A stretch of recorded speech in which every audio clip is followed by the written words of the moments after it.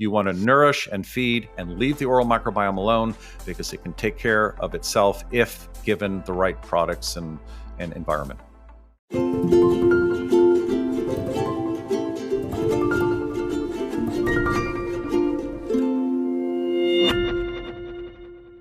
Well, hello, everyone. Dr. David Perlmutter here. This is the Empowering Neurologist podcast, and thank you for joining us.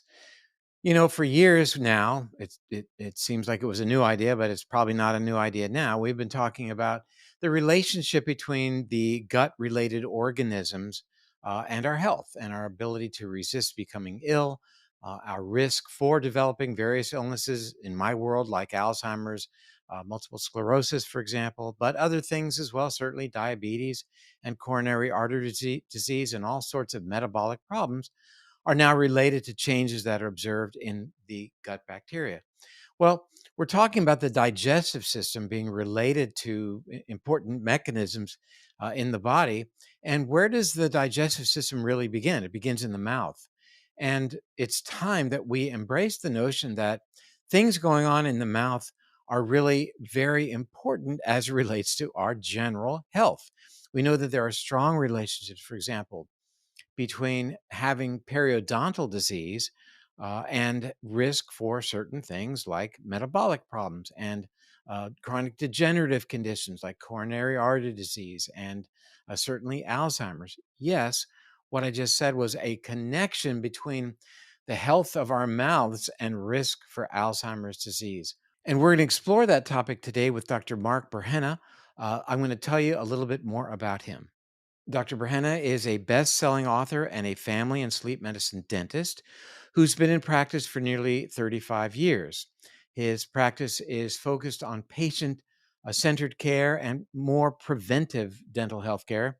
He's a TEDx speaker, and he regularly appears on national media, including National Public Radio, CNN, The Huffington Post, Prevention Magazine, Men's Health, CBS, and the Mind Body Green online site.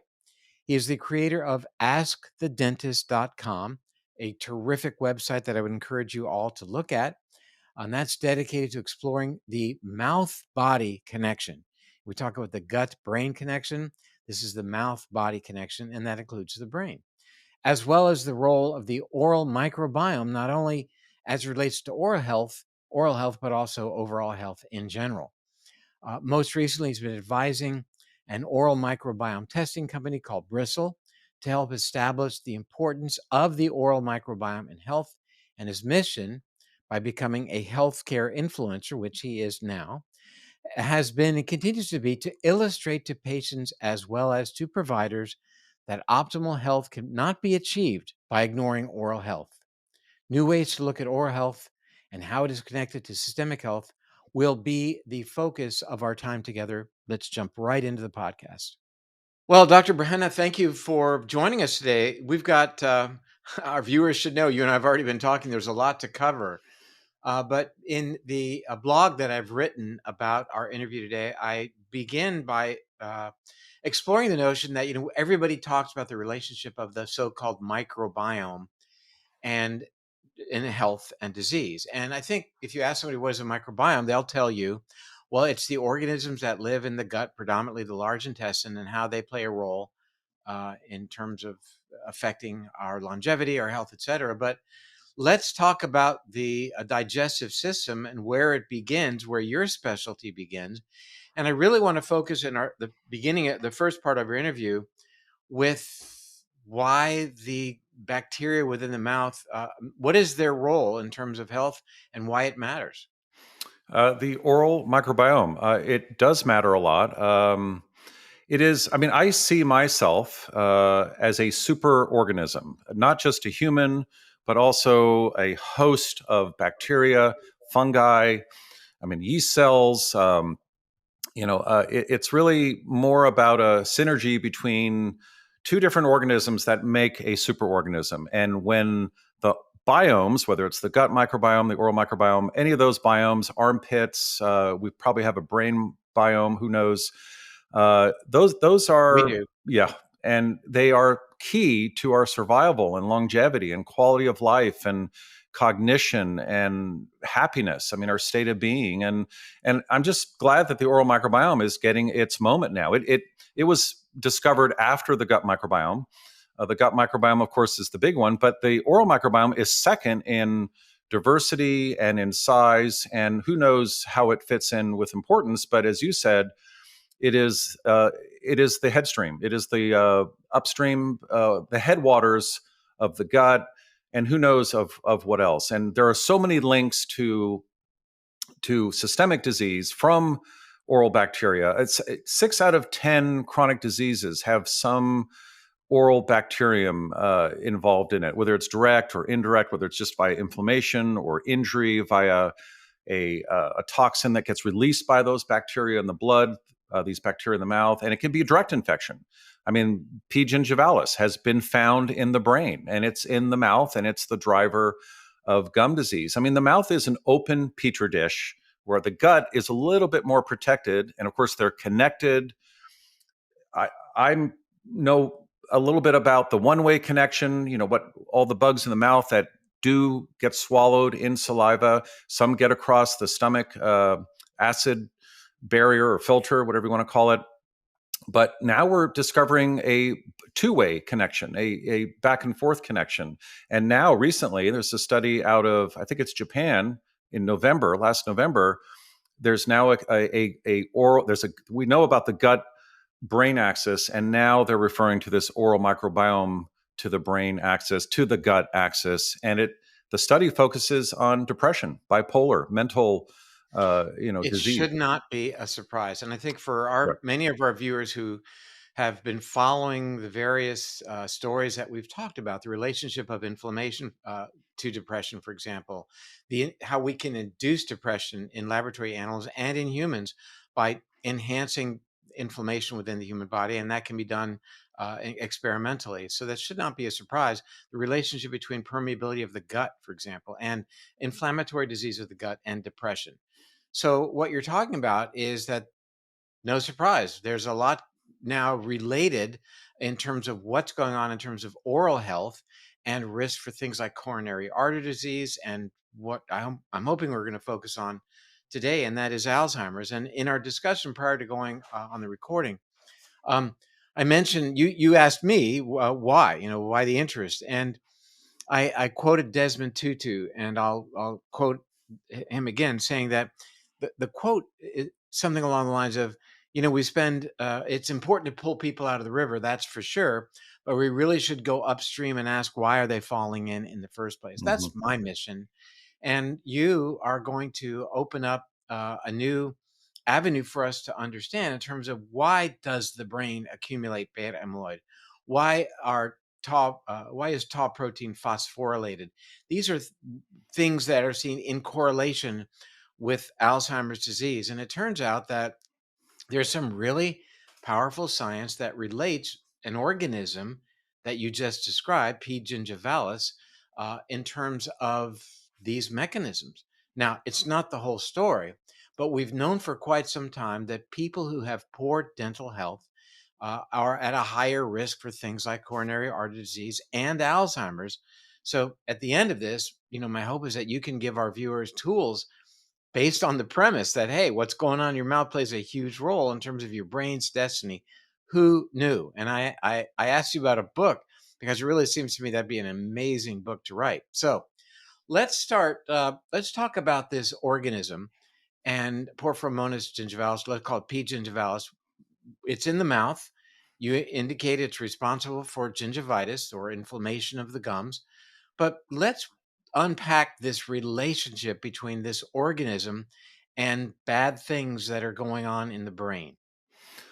Right. So this is an organism that we've known about for quite some time. I remember back in my early years as a dental student, they were talking about a vaccine, and that was 30, 40 years ago. And of course, the vaccine has not appeared. It's more complicated than that. The oral microbiome was first quantified very crudely, I may add, in 2005, 2006, and we're better at it now. We have great oral microbiome testing, and we can talk about that later. But the P. gingivalis, like other pathogens or anaerobic bacteria, however you want to categorize them, they are in our mouth right now. You could be perfectly healthy. This bug, of course, is one of the big players in gum disease, which is a inflammatory response to a an invasion of bacteria past a very delicate barrier like no other in the body. We can talk about that too if you want.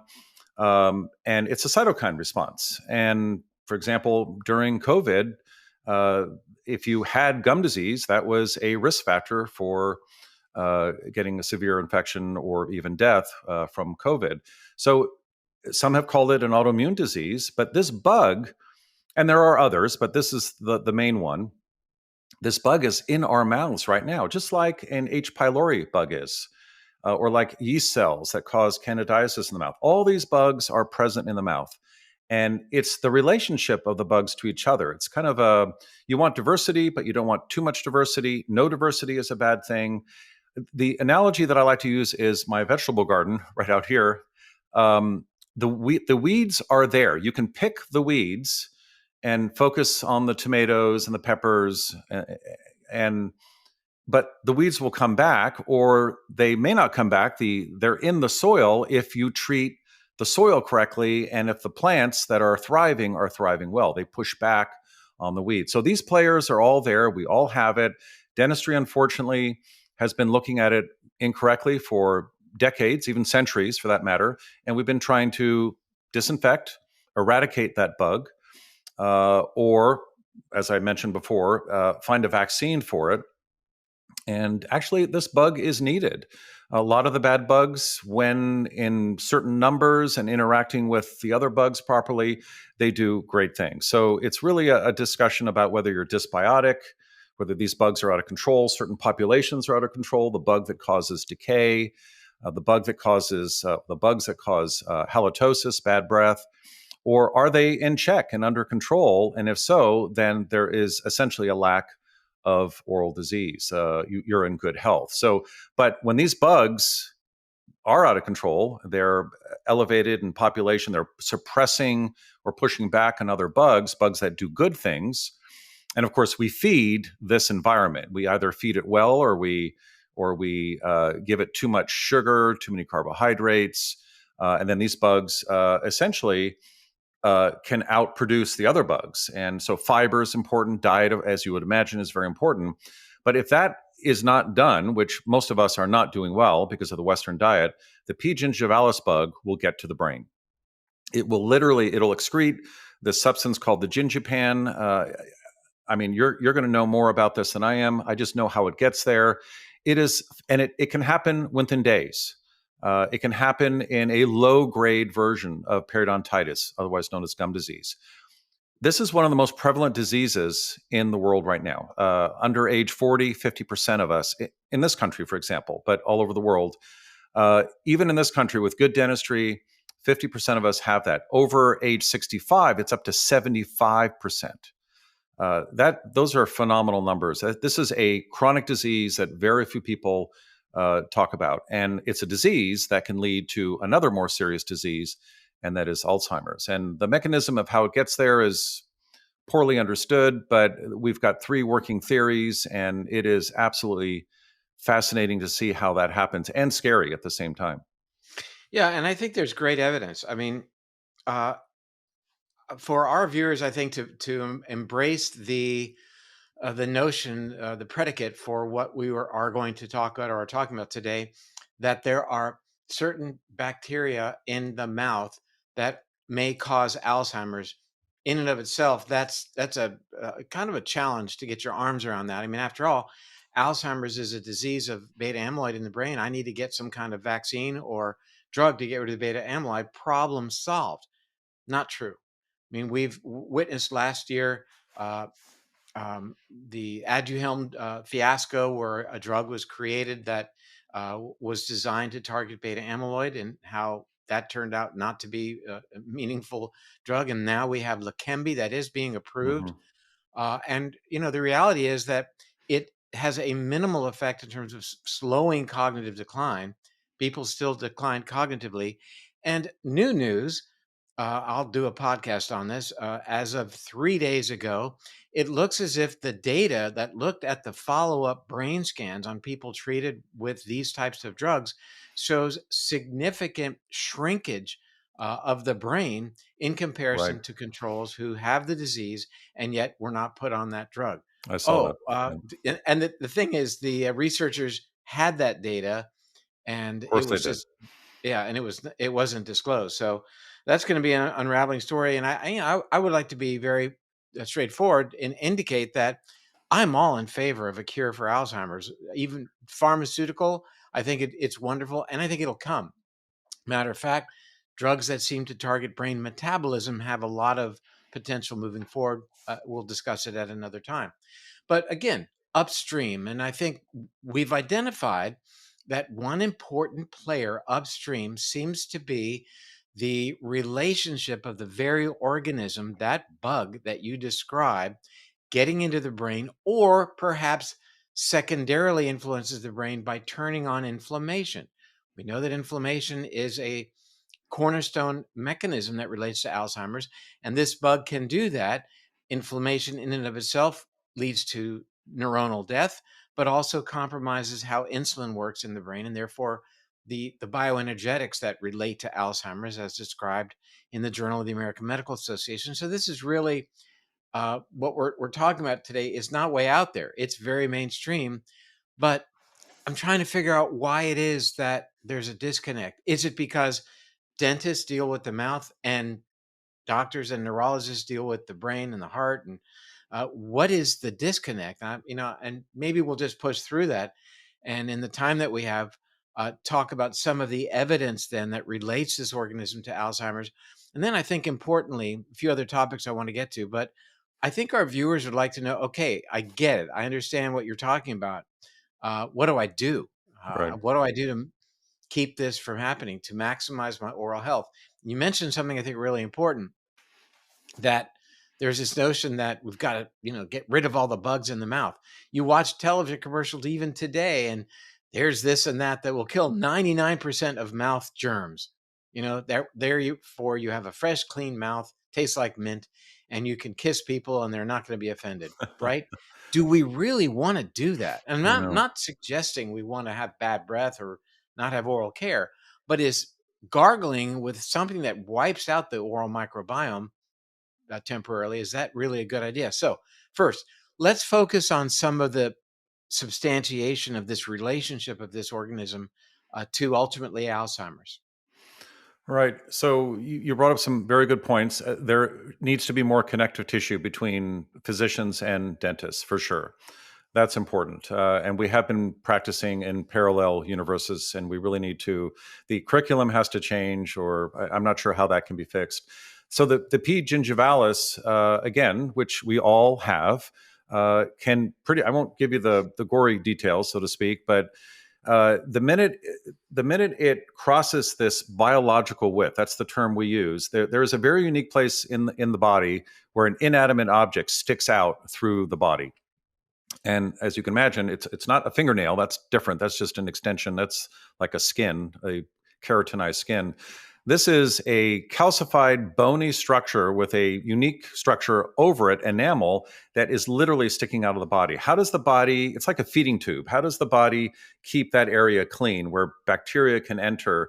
And it has a very complicated kind of mechanism of dealing with that. Periodontal ligament, kind of a girdle of tissue that hugs the tooth. There's a pocket there, but that can break down. And once that breaks down, anything in the mouth, any bug, any toxin, food, for example, which can get infected once it enters that submental space. This creates an incredible, I don't want to use the word overreaction. Who knows what it is, but a lot of bleeding, a lot of inflammation, a lot of blood goes to that area. And the blood supply to the gums is similar to the blood supply in the Bowman's capsule in the kidney. It's tiny. And of course, high blood pressure blows all that out. That dies off, that tissue dies, and you get gum recession, which a lot of people ask about. That's one of the major causes of receding gums, and that never comes back. It's very hard to fix that. But as soon as the tissue gets necrotic and fibrotic and it starts flapping, it's not soft and elastic like a girdle around the tooth, that's when things start going bad. And these bugs enter the bloodstream. So, what do they do once they get into the bloodstream? They go to places where the body's not used to seeing them. And maybe the host defenses are not as good as they should be. This bug will cross the blood brain barrier. It crosses the placental barrier as well. That's why women that have gum disease or even inflammation, gingivitis, there are a lot of complications, preterm and low weight births. Which is pretty common. We've known about that for a long time. In fact, it's on a lot of forms that moms fill out. Again, this can all be prevented before conception. If we can prevent the inflammation in our mouth, the chances of letting a causative agent, an infectious bug that can cause Alzheimer's into the brain, and I think I'm using that term correctly. Correct me if I'm wrong. This is a new source or cause for direct cause of Alzheimer's, an oral infection, then that is significant. That's significant knowledge to have in your kind of healthcare regimen. We'll talk about all the ways to prevent, and even if you have gum disease, how to properly deal with that. But that is information that I wish I had had a long time ago. My mom died of Alzheimer's, and she had periodontal disease. I remember treating her for many, many decades, and it, who knows why that was, but that's another discussion. But this is pretty I think, important.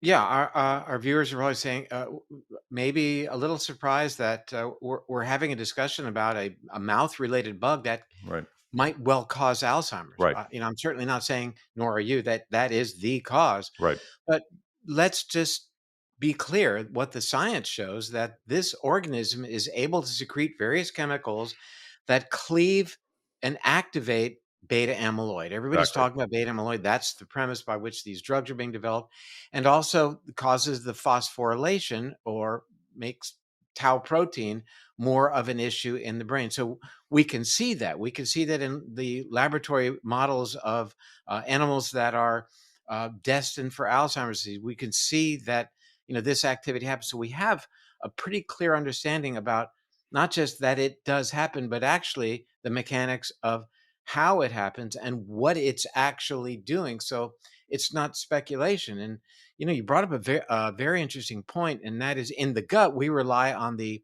barrier, the lining of the intestine. We talk about gut permeability. We've been talking about it on this program for an awful long time, long before it was popular. Hmm. Increased gut permeability, or leaky gut syndrome. And what you're making clear is that because of the breakdown that happens in our tissues, in the pockets around our teeth, that's a highway to the bloodstream where these Absolutely. organisms do not belong. The next roadblock is hopefully the blood-brain barrier, to keep these organisms and or their products like Hmm. lipopolysaccharide from getting into the brain. And as we age, the effectiveness of our so-called blood-brain barrier declines. It also declines with metabolic conditions like diabetes. Cigarette smoking threatens it, as well as does Hmm. certainly poor nutritional status.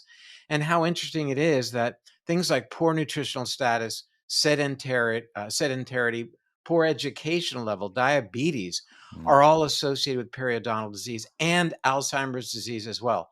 So, in terms of having evidence, I think it's really quite clear that these are well established pathways that we've known about for a long time. Even some speculation now that the organism may actually travel through the fifth cranial nerve and get immediate access Yes. to the temporal lobes, Right. which is where the hippocampus lives. And as such, I mean, we've had this discussion for many years as it relates to herpes simplex type 1, i.e., cold sores, which we know are dramatically associated with Alzheimer's risk. So we know the highway is there. The question is, who's going to take that highway? Right. And when? And when you bring up another very good point, that we all have a P. gingivalis in our mouths at any given moment, friend or foe, don't know. But your Both. analogy of your vegetable garden, the weeds don't grow when the garden is tended. Hmm.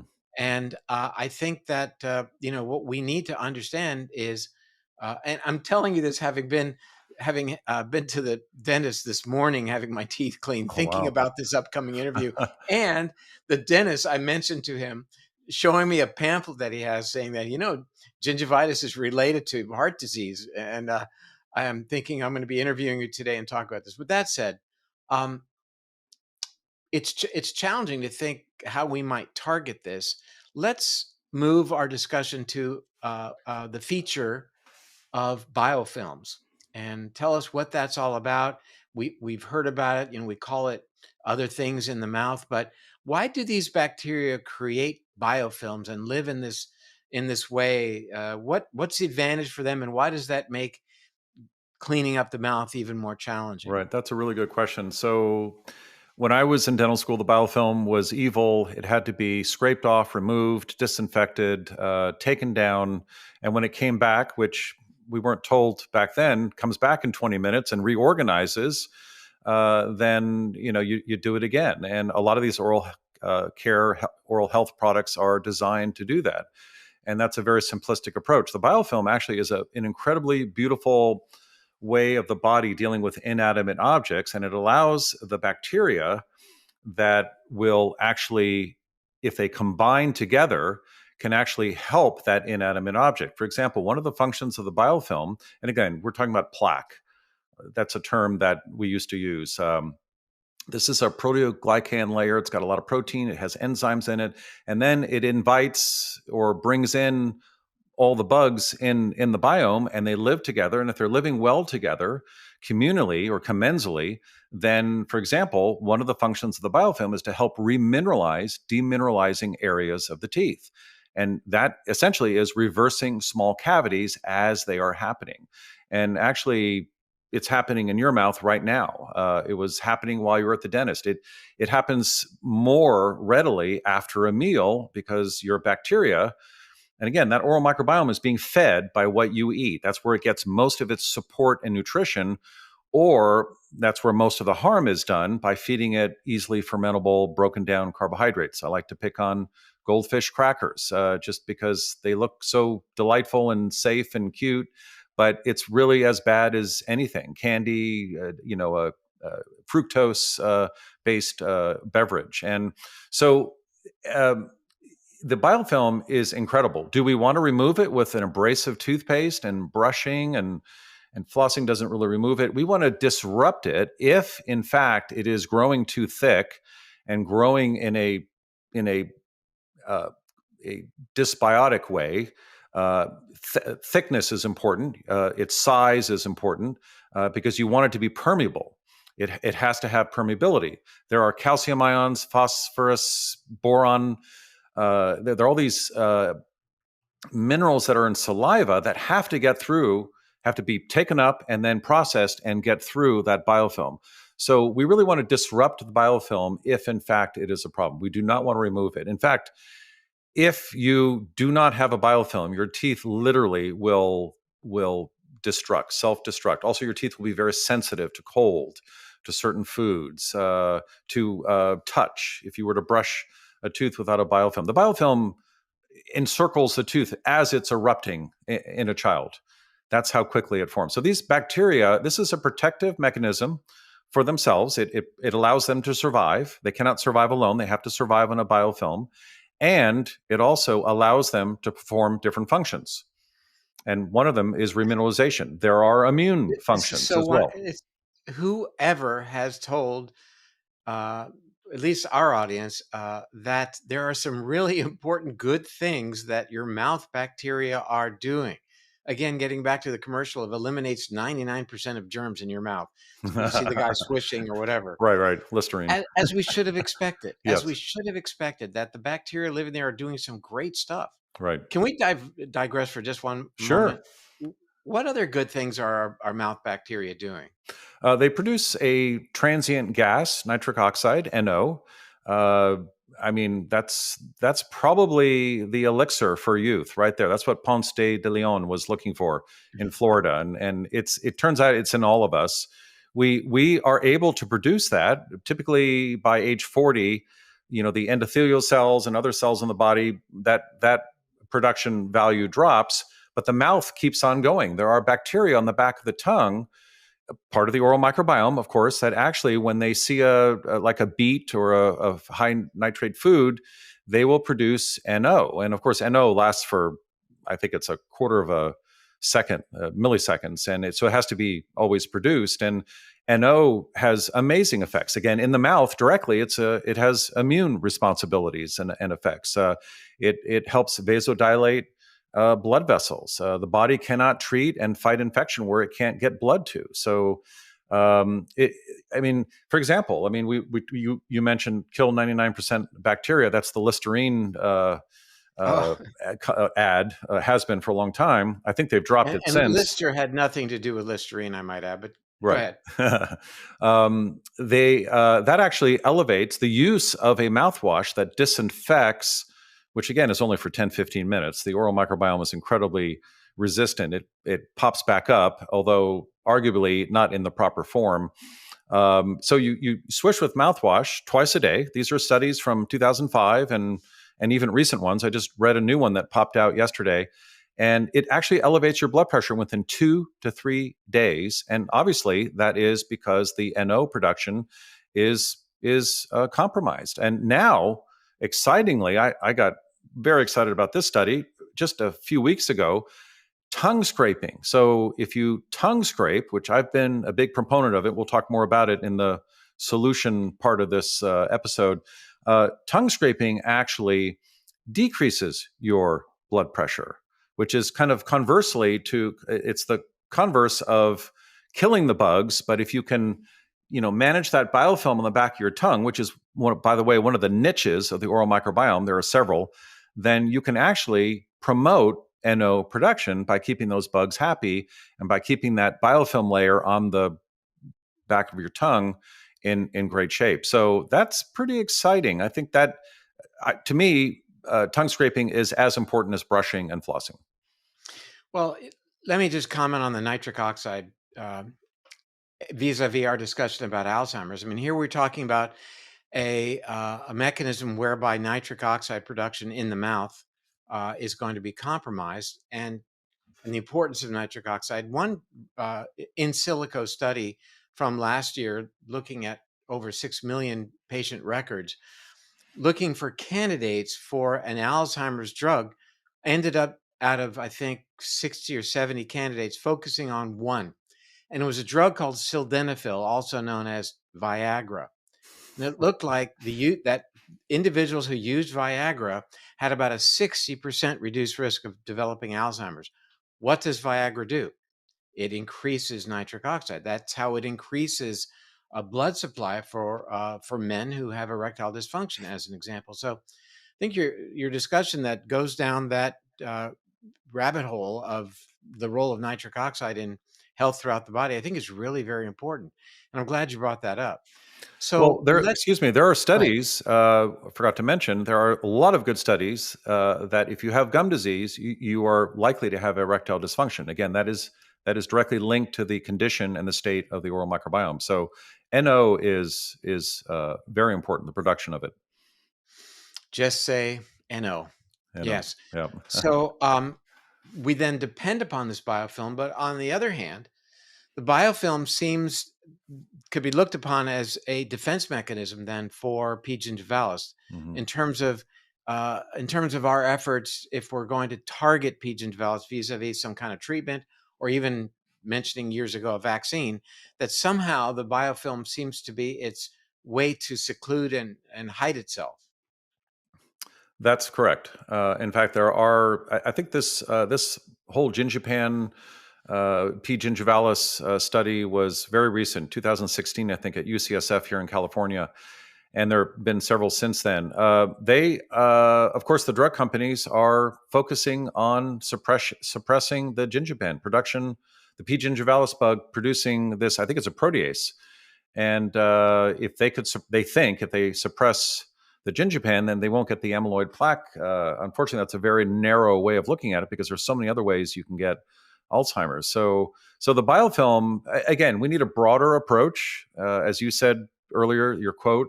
Why are people falling into the river so early? Why do we see teenagers with periodontal gingivitis and periodontal disease? Uh, it's something that is, of course, related to our environment, our diet, our way of life, more mouth breathing than usual. The mouth is very susceptible to pH changes because it can dry out very quickly. Unlike the gut, if you sleep with your mouth open all night long, you are disrupting your oral microbiome. The pH will drop to 3, 2.8, which is quite low. If you drink a lot of acidic drinks and you're talking a lot, for example, for a living, and or you can't breathe through your nose, you're breathing through your mouth, you're exercising with your mouth open, you're dehydrated. This affects the pH of the oral microbiome and allows the bad bugs like P. gingivalis and S. mutans to take hold. So there are a lot of factors that will alter the what's living in that biofilm, and that biofilm is important to not disinfect because that just makes it worse. We have to feed it, we have to nurture it, and it's confusing to a lot of people because we've been telling them for a long time to destroy what's inside there, to nuke it, to clean it up, and to keep at it. And now people, I think, are a little nervous. They're like, well, what if I'm overbrushing? What if I'm using the wrong toothpaste? There are a lot of toothpastes out there that are antibacterial disinfectants. They have pesticides in them. They have soaps, antibacterial, antiviral substances. And that's not what you want to be using. So it's really about nourishing the oral microbiome. That is now the key. It's not about disinfecting your mouth. Washing your mouth out with soap, like Mom said, was I think that was more punishment than anything else, just the taste of it. But it really had And it no was benefit. Ivory soap in the day, by the way. I'll Right, never exactly. been there. Yeah. I had forgotten about the mouth washer because if you said We're still using dirty soap in our words, toothpaste. It is soap. It's surfactants, emulsifiers, and that is unfortunate. But that is changing. We've got better products. They're mostly direct to consumer boutique brands. Some of them don't get it right. Unfortunately, they don't have any science behind it. But it is coming. Out of Europe, Japan's been using wonderful products developed by NASA. Coincidentally, for 40 years, and that stuff now is slowly becoming available in the U.S. And I'm sure Colgate and Crest and even Listerine, I have seen signs that they are watching to see when the public switches over and gets it. And I think hmm. we're approaching that moment, maybe in 10, 15 years. So these are toothpaste then that are less threatening in terms of balance, but nonetheless are still going to be appropriate ways of cleaning your teeth and presumably your gums. Right. I don't like using that term cleaning. We are Mm. nourishing. We are feeding the teeth. So one of the Nourishing, so yeah. something very positive. Well, I mean, it's a biofilm. It's a living thing on an inanimate object, and that biofilm is key to the survival of that tooth, the protection.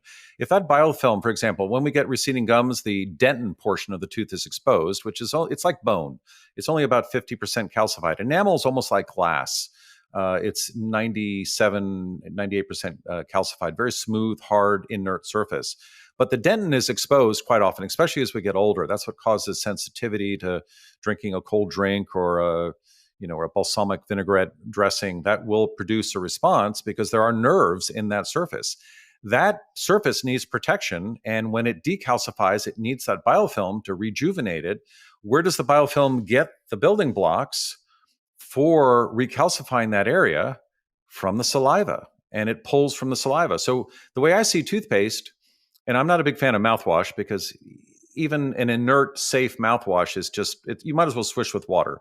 But the toothpaste is made in such a way, if it's made properly, to provide an optimally shaped, ionically charged particle of calcium, of hydroxyapatite, of boron, phosphorus, all these minerals that are in tooth structure. And to make it available, the biofilm sees it because it's ionically charged. It grabs it, it crosses that biofilm, and it literally builds itself onto that area that is trying to turn itself into a cavity.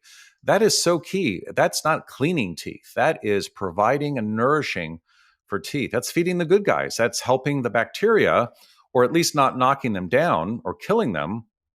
That's providing for the bacteria and helping the oral microbiome be commensal, in a commensal state, not a dysbiotic state. If the Mm. S. mutan bug is out of control, and the best way to do that is feed it sugar, that is a acid producing bug that will shift that equilibrium of remineralization between remineralization and demineralization more to the demineralization side. Hence, we get cavities. One very popular component in toothpaste is sodium lauryl sulfate. Why is it there, and is it a threat? It is a threat. It's not as much of a threat as perhaps fluoride is, but it is ubiquitous in toothpaste. It is a manufacturing chemical that it's a surfactant emulsifier that is there to allow these companies to make very large batches of toothpaste. And then when they fill it, each toothpaste is properly mixed. That way they can mix it more quickly. It stays in suspension. And then, of course, when it hits your mouth, there's really no benefit there other than it helped make a very inexpensive toothpaste and for a good profit margin. And what it does, though, is it can literally break down the lipid layer in a cell.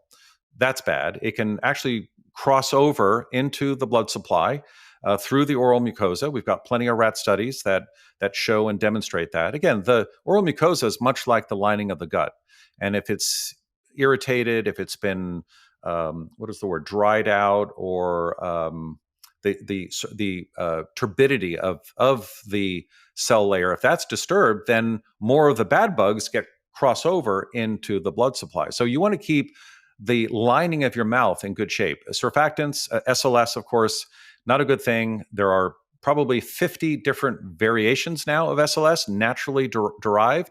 They may be natural from coconut instead of from a chemical, but they still have the same function, and that is to help the mix. And then when it comes into contact with the oral mucosa, it breaks that down. And that is obviously not a good thing. And it causes foaming. I don't know if you like foaming toothpaste. I don't. Makes a mess. Some people do. But these are ingredients that should not be in our toothpaste. They disrupt the oral microbiome. You want to nourish and feed and leave the oral microbiome alone because it can take care of itself if given the right products and environment. There seems to be a very recent push to add charcoal to toothpaste, Mm. and the toothpaste is black. My sense is that charcoal might be too abrasive, but what are your thoughts? Well, some versions, it depends on how the charcoal is made. First of all, charcoal does not have a whitening effect.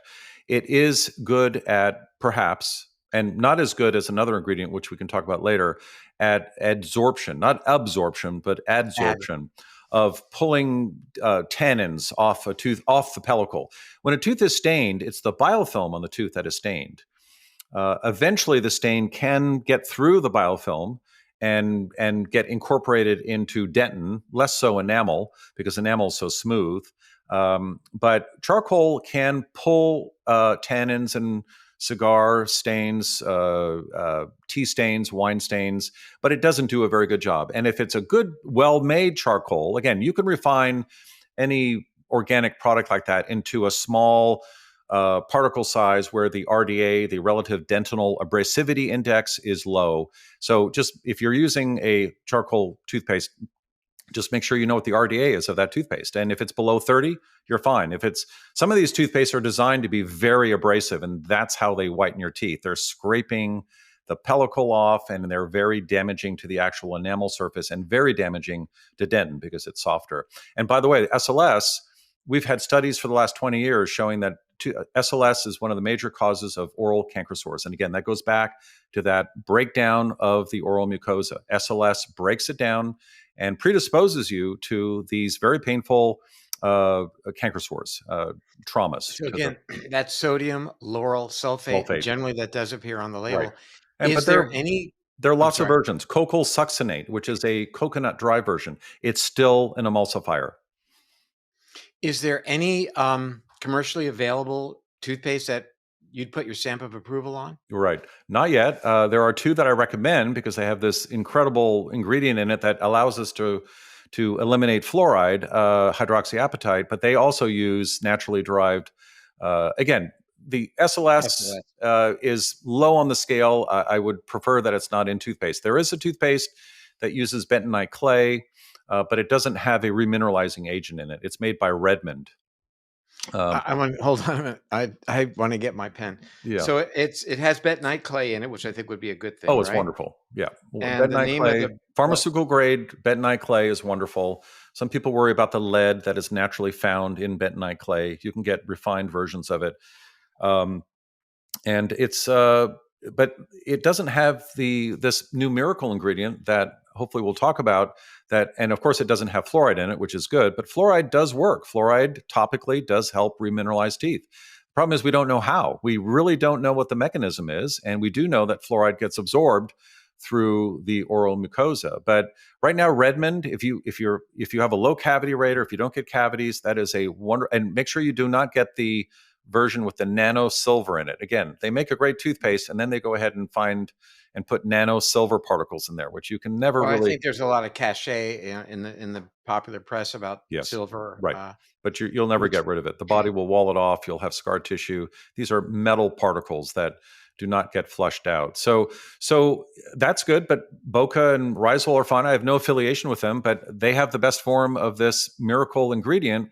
It's not a miracle ingredient. It's what's in our teeth right now. It's hydroxyapatite. It's calcium, and I like it because I like recommending it because I can get people off fluoridated toothpaste, especially children. So, but I think there are products coming. I am aware, and I've been consulted with, and I've talked to formulators, and there are some great toothpastes that are coming without the surfactants, without the emulsifiers, and with the right amount of hydroxyapatite, and no essential oils. Essential oils actually are bactericidal. They have an effect on the oral microbiome. Most toothpaste, in fact, you can charge more if you just add all these exotic, you know, tea tree. exactly. And we don't have any data that supports their efficacy or their therapeutic effect, but we do have some data. And I've actually talked to some people that have actually had severe reactions to EOs, essential oils, in these naturally made homeopathic, holistic, integrative toothpaste. So uh, the problem with toothpaste is that it falls under the guidance or the restrictions of the cosmetic industry. There is no FDA guidance unless it has fluoride in it. And then the ADA seal approval is only based on one thing, not surfactants or any other products. It's if it has the right amount of fluoride in it. So a lot of those uh, places to go for information, and if you think it's a safe toothpaste based on that certification, the industry needs to be revamped. But there is stuff coming probably within this year or next year that I would wholeheartedly recommend, because it's what I've been talking about. It's something that actually nourishes the oral microbiome, leaves it alone, helps stack the saliva with all the right ingredients so that the biofilm can pick it up and take care of itself. And a lot of these minerals are also important for cellular processes. I mean, without magnesium, we're dead in the water. Cells will not function. Cell respiration will not function without a lot of minerals, especially magnesium. So again, we live in a world where we're very deficient in minerals. That's what toothpaste needs to do. Well, I would say many people might be familiar with, for example, hydroxyapatite based upon their oral supplements for bone health, Hmm. along with True. magnesium, oddly enough. And probably with respect to the teeth, I would think boron might be an important trace element as well. It is. You're right. All right. Absolutely. So we've danced around it, but we're going to have to now talk about fluoride. Right. And that's always been the most important thing to look at in terms of buying a toothpaste, especially for children, is make sure they're getting plenty of fluoride. My goodness, we better just put it in the drinking water. Right. So let's unpack that. Fluoride, very difficult subject. I've been ridiculed for my stance on it, but my stance has remained very consistent. When Catherine, my uh, oldest daughter, was born, we bought a distiller. Before she was born, we were drinking distilled water, adding minerals, of course. I just didn't feel good about fluoride. It was a lesser of two evils argument for me. I just didn't know what it could do. It didn't make sense. It's not an essential nutrient.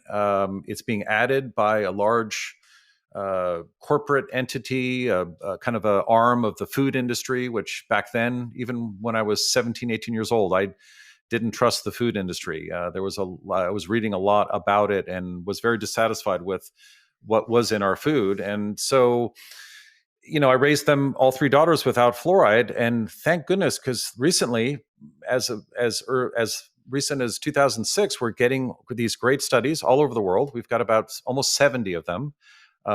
Most of them are measuring the amount of fluoride in urine in women that are pregnant, and then it follows them up 4, 6 years later, and all these studies pretty much agree on the same thing, that there is an impact on the brain, mostly on the That's right. IQ of the child. And let me back up a little bit, because we want to talk more about that. The problem with the whole fluoride controversy is that it's been associated with kind of I don't know if it was left wing or right wing, but ultra craziness and conspiracy theorists and communist plots against the government. They're trying to dumb us down, and that whole thing, and since the 60s. And so I think that's hard to shake. And fortunately, there's a lawsuit now against the EPA, and that's going well. In fact, there's a hearing today at 2:30, which I'll be watching carefully. And even the NTP, National Toxicology Program in the US, it's an arm of the government that looks at all the data and makes decisions, so that when the government legislates on products that are in our environment, they make the right decision. That report was suppressed, unfortunately, for about a year. The ADA was given a chance to look at it, and they suggested changes, which thank goodness were not made, the American Dental Association. Anyway, that report is now live, and they agree with the quality of 55 of the studies, and they agree with the results. And they now are saying that there is no safe level of fluoride if we want to play it safe. And again, back to fluoride, again, hard to shake that whole kind of hippie anti-establishment kind of approach, but I think it's going to happen. I think the judge will rule in our favor. Fluoride already has been reduced in our water by half. That was in the early 90s, because we were putting in too much. It was actually damaging teeth. But fluoride does not actually help with childhood cavity rates. We see that in Europe.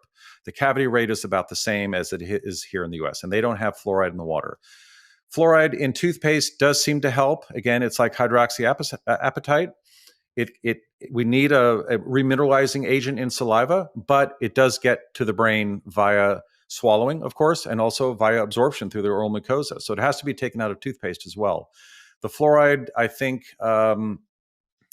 the whole fluoride controversy will hopefully be resolved soon. And this lawsuit will be very, very interesting. It does have some direct effects on the brain. It can affect the myelin sheath of a neuron in the brain. It can affect the integrity of the mitochondria in the brain. We have this data. It's really time that we really start looking at this from a scientific point of view, rather than this emotional discussion of, is it really what we thought it was back then? And again, no data supporting that it actually really helps. Plenty of data now, thank goodness, as of 2005, 2006, showing that it dumbs down our kids. It can actually affect the brain of a fetus if mom is drinking fluoridated water. These are significant studies. This is significant data that supports the notion that we should really be re-examining this whole fluoride issue. It's big news, and one of my dreams as a dentist is to see this go down the tubes. Literally, just get it out of our water supply. Let's figure out something else. Well, dentists are still offering fluoride Mm-hmm. treatments when Yep. you get your teeth cleaned. Right. Uh, and that's to be avoided? That's a big moneymaker. That's called the fluoride varnish. Average dental office that contributes about $150,000 to their bottom line, to their gross for the year. That is, and it takes 2 or 3 minutes, and it's the hygienist that does it. There is an alternative coming to that. It is hydroxyapatite based. It's a nanoform, a very strong version of hydroxyapatite based toothpaste. And that hit alone, and by the way, the amount of fluoride in that varnish is way more than what's in your toothpaste, way more. And it literally is in your blood supply, in your bloodstream, within 10 minutes and hitting the brain. And that happens twice a year to a Mm. child up until age 14. This is not a good thing to be exposing our kids to. Clearly, we have the data. We need to make changes. So there is a fluoride action network Yes. and I maybe will, with the help of modern digital technology, that website will be right at the bottom of the screen right now, team. Awesome. So what can you learn from visiting the Fluoride Action Network? It's a group of PhD physicians, some dentists, surprisingly few, and they have been around for a while. They are behind. They are funding the lawsuit. It's mostly pro bono work and based on money being raised by the website. There are resources for researchers, resources for journalists, and for physicians. They have a physicians page, and it's a great resource for knowledge and what to do and also for the layperson. There's a great FAQ section on fluoride, and I think I've actually presented this page to people that really don't know much about fluoride. They haven't really been exposed to me a lot. These are people I pull off the street, literally. And I say, listen, can you just read that and tell me what you think? And it'll blow your mind. This is information that somehow is being suppressed in the media. Maybe that's too strong of a word, but the people behind fluoride are a pretty powerful bunch. When I was against it, our in the Silicon Valley back in the year 2000, we voted on whether we were going to add fluoride to the water. It was curious that we didn't have it. Is because our water supply was very fragmented. It wasn't from a reservoir-based system, and so of course it was voted in. But I was at that hearing and I spoke. And again, in the year 2000, we didn't have a lot of data, and literally, there was some boos and some clapping, and that's fine. And then, but as I left the auditorium, there were three gentlemen that came up to me, and this essentially was the fluoride lobby. They were very kind and sweet, but they made it very clear. Two of them were attorneys. They made it very clear that I was crazy, that I shouldn't be speaking that way. You may lose your license, kind of thing. And that to me was a real tipping point in how I felt about this. This has to be addressed from a scientific standpoint, with science, no emotion, no hearsay or circumstantial evidence, that's how we got fluoride. It was circumstantial kind of evidence based on, oh, it looks like this is working, looks like it's working, but it's not. Hmm. And just for historical reference, I seem to recall that fluoride is a byproduct of the manufacture of fertilizer, and they Phosphates. had Yep. right, and this fluoride was all left over, and they Right. wanted to have a revenue source, and Right. that's why it was. It's captured at the smokestack in a filter. I see. And in the old days, they would allow it to, combust and go into the atmosphere. And I'm not sure when those scrubbers or filters were mandated, but it wasn't that long ago. I want to say maybe 80s. And so they grab that. It's a very strong silicic acid form of fluoride. Fluorine, of course, is a gas. It's one of the elements, but when it combines with like sodium, it becomes its hardened state of fluoride, and that's collected into a truck and it's delivered and paid for by municipal water supplies to add to the water. And sometimes they add too much, sometimes they add too little. There was a scandal recently of a guy that said he was adding it. He was in charge of adding it to a small town's water supply. They caught him. And he basically came out and said, I just didn't feel right adding this. I thought that was kind of cute. To me, he's a hero, but I'm not sure what He happened could to have him. added too much too at the same Well, time. exactly right. So it's something that we have to re-examine. And thank goodness the process is in place now. There are a lot of good scientists behind it. We've got data now. Thank God for the internet and democratization of health data and all that. I think we're headed towards an era where our kids will grow up without being impacted in terms of cognitive ability right out of the bat, right out of the womb, actually in the womb. Yeah, that's for sure. And as they are born as well, with reference to their seeds of their microbiomes, depending on the method of delivery. Right. But is it True. what's the percentage of municipal water supplies in America that have added fluoride? That's a good question. It is probably 80% of the country. We are the most fluoridated country in the world. In fact, we add more fluoride to more water for people that are drinking from the water supply than the world combined. Wow. Yeah, that's a lot of fluoride. And Yeah. again, American dentistry, I will take the blame for it. Our profession has been a big promoter of it. You should see some of the groups. There's one up in Portland that they are borderline violent when it comes to the support for fluoride. And again, I just don't hear any science from them. They're not referring to any studies, but they are pushing back. And maybe they're being paid by the fluoride lobby, I don't know. But I think the days are numbered. The science is overwhelming. Thank goodness. Mm. Well, I know what it's like to push back, believe Hmm. me, Right. for decades. So I'd like to leave our audience with the tools. What's the part of this that they could then employ starting tomorrow in terms of their oral care? What should people be doing? Find a functionally trained dentist. The stuff that I'm talking about is not in the curriculum. Most dentists will not be speaking about the things that we spoke about today.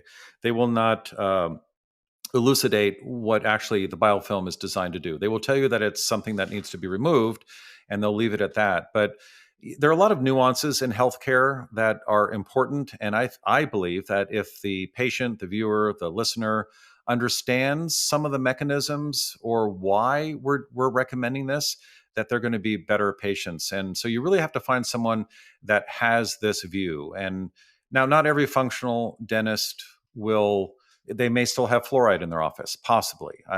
We have a directory of functional dentists on our website. My daughter and I, who's co-founder of Ask the Dentist, we created this problem. We educated millions of people, and now when they go see their dentist, they're just not they're leaving empty-handed. They're not feeling great about the care. Maybe it was a fluoride varnish. Maybe it was kind of an aggressive approach to something, and no mention of how to prevent this.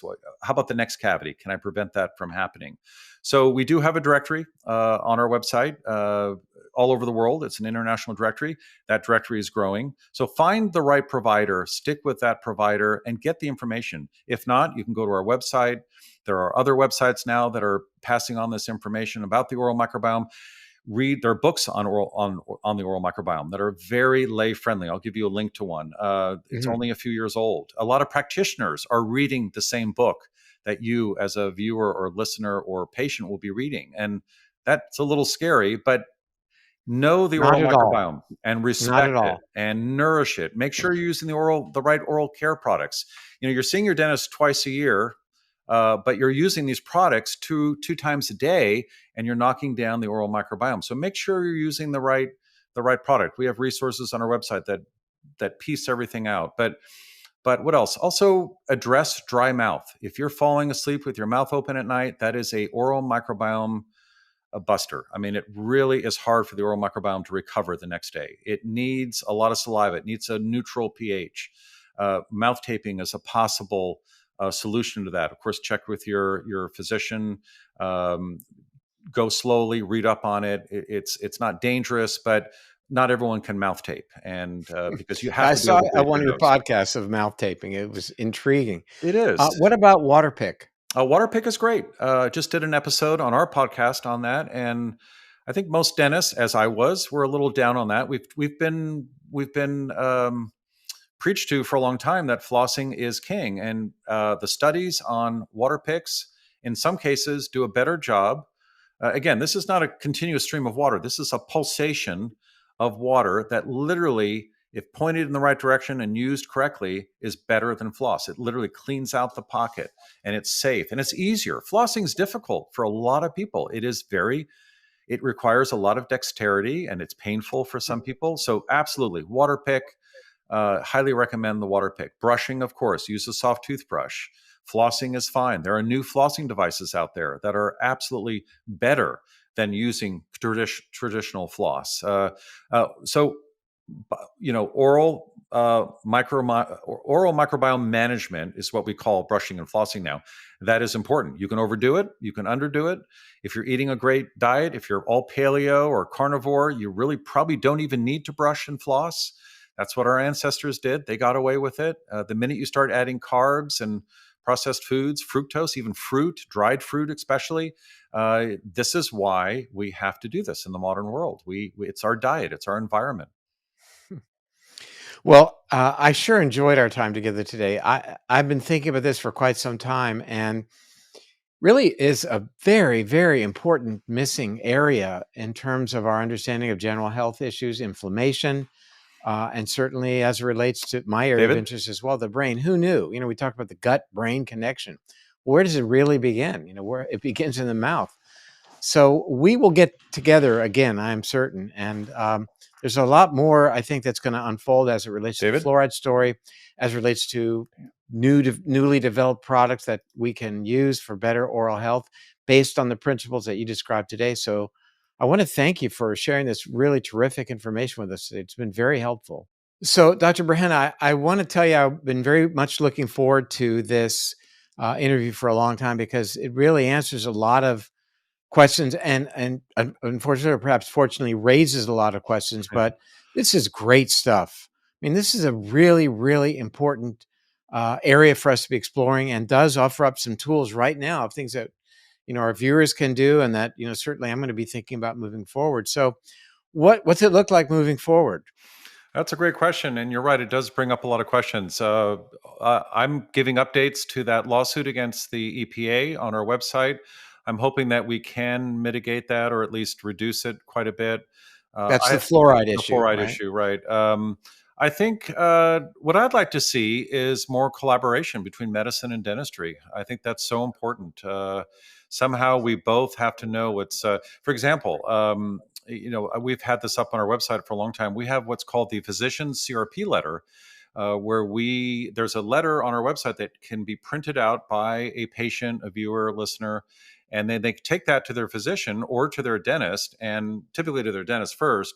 But it tells the dentist, for example, if you're a cardiovascular surgeon and you're treating your patient for heart disease and inflammation, obviously you're looking at CRP levels and other measures of inflammation, then you really should know how much of that part of inflammation is being caused by the mouth, by gum disease. And that's important for physicians to know, and it's very important for dentists to be on board with the systemic involvement. I mean, we don't, as dentists, we don't understand metabolic disease as well as we should. And of course, periodontal disease is intimately connected to and fires up diabetes. And I mean, it's this cycle of if you have gum disease, it's going to be more difficult to control your blood sugar levels. If your blood sugar levels are all over the place and it's more difficult to keep them steady, glucose levels, then obviously your gum disease is going to suffer, Yeah. because that's There's a tissue. cycle, but you bring up a very good point, and that is that there's no integration. I mean, for years we've been talking about the so-called gut-brain connection, Mhm. which means that gastroenterologists should be talking to neurologists. Correct. I mean, we've known about inflammatory bowel disease being so strongly related to risk for MS, for example, Right. and yet, you know, so what? But mechanistically, they're united, and they need to be looked upon through the same lens. And so it is with dentists and regular medical doctors, that we need to be communicating, Mhm. because we're all in this together. And that's the way to have the most comprehensive plan that ultimately focuses on our goal, and that is patient outcome. And Right. that is, it's challenging. I mean, The people tend to body be, is beautifully complex, and it's yeah, had billions of years to get to that point and to adjust to its environment. And unfortunately, we all are kind of just working and focusing in our lane. And I think that's a big detriment to the end result, healthcare results for our patients. We need to collaborate more. And a great example is now we have very high resolution oral microbiome testing available to us just in the last year. And hey, you're working on that, aren't you? I'm involved with the company. They're out of San Diego. It's an amazing test that I've been helping introduce to other dentists via continuing education. But I would love it if physicians would take that test. First of all, you should try taking the test. I'll get you a test, and then Great. just to see what the results are, and then start making the connections to your own health, and then to be part of that, because the oral microbiome is as much your realm, a physician's realm, as it is any healthcare Wow, practitioner, as far so as I'm important. concerned. Yeah. I'm really, really glad we touched on this today, and not just touched. We did a pretty good introductory deep dive. Introductory, Uh, definitely. yeah, Yeah. because there's certainly much more to come. So thanks for being with us today. Thank you for considering oral health and all of what you do. It's amazing, and it's great to make that connection, especially with a Great. neurologist like you. Well, there you go. We'll talk soon, my friend. All right. Thanks, David. Bye bye. Bye bye. Wow, that was enlightening information. We've got to take our understanding of the relationship of the microbiome to health to the oral microbiome as well, including as well the skin microbiome and of course the gut microbiome. The oral microbiome is extremely important for the reasons that we talked about. The direct access to the bloodstream, for example, that bacteria have in the mouth, not having to be dependent upon this gut barrier that we've been talking about for so long. It's really important information, and especially the part of our discussion today that dealt with the relationship of P. gingivalis, Porphyromonas gingivalis, an organism that clearly links things going on in the mouth to risk for Alzheimer's disease. Important information. I urge you to visit his website. Thank you for joining me today on the Empowering Neurologist podcast. Hope you found this information helpful and looking forward to having you back soon. Bye for now.